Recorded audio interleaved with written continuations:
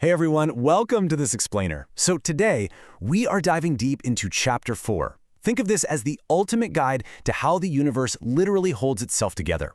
We're going to decode the architectural blueprints of matter and really figure out how these chaotic individual atoms manage to combine and form the complex physical reality we interact with every single day. Let's get right into it. Here's our roadmap for the explainer. We'll be covering the bonding foundations, the language of chemistry, drawing Lewis structures, the exceptions to the rules, and finally, polarity and molecular shape. Section 1. The bonding foundations. Why atoms bond. You know, I absolutely love this example because it perfectly captures the sheer magic of chemical bonding. Think about it on a macroscopic scale.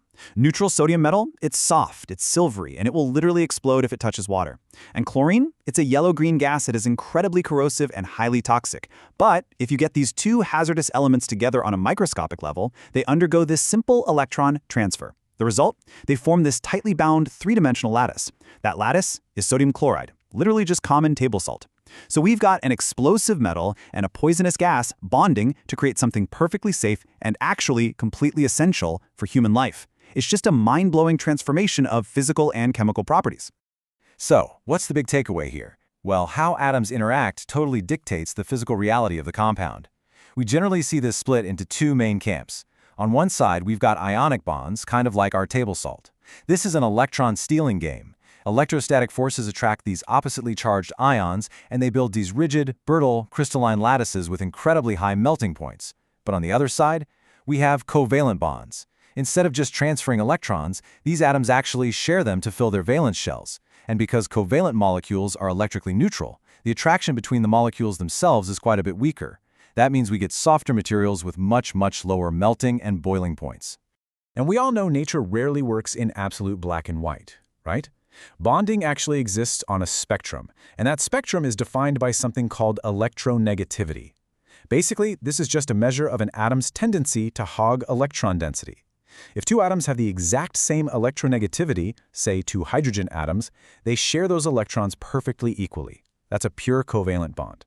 But if one atom is a bit more electronegative, it starts hoarding that electron density, creating what we call a polar covalent bond.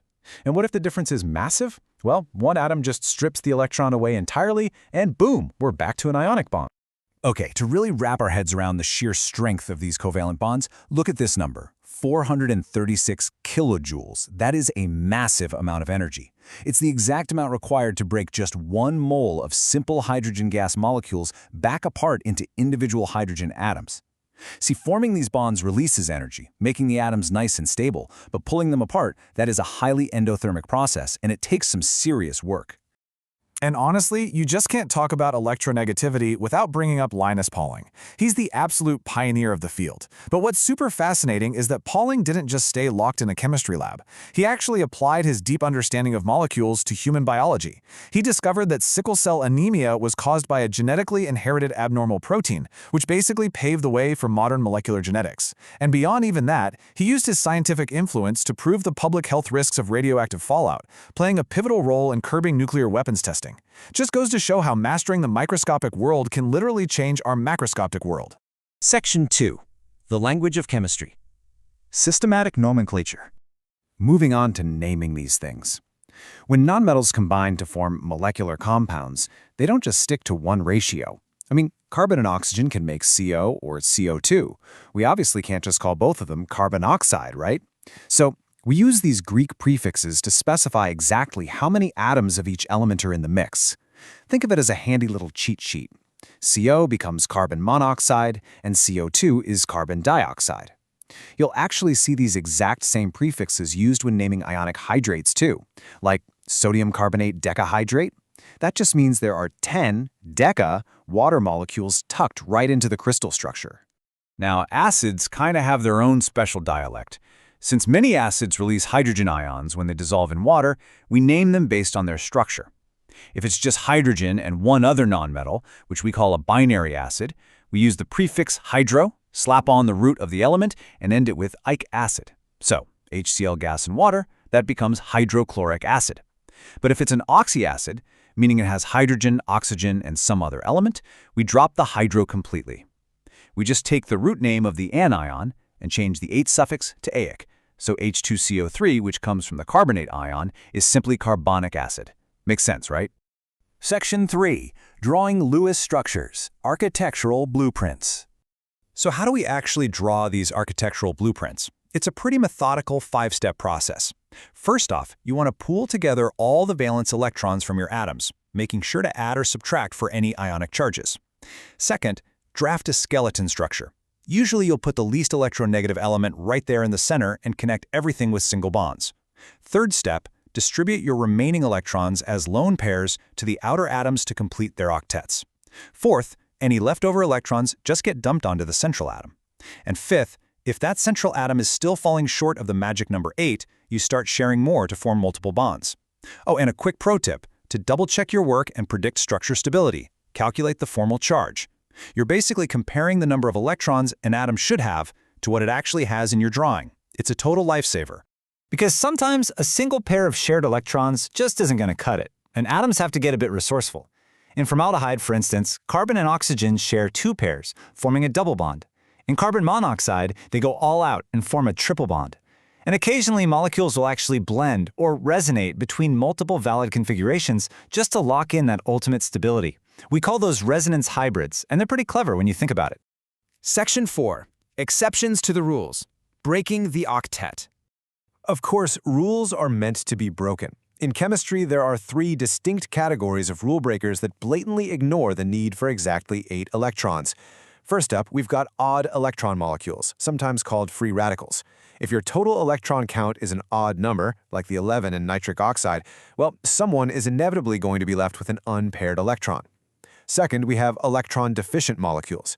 These usually feature central atoms from groups 2 or 13, like beryllium or boron, and they are perfectly happy with fewer than 8.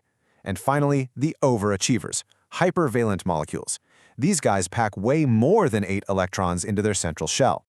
Just look at the bizarre structural reality of these hypervalent molecules. Phosphorus pentachloride has 10 electrons crowded around the central phosphorus. Sulfur hexafluoride has 12.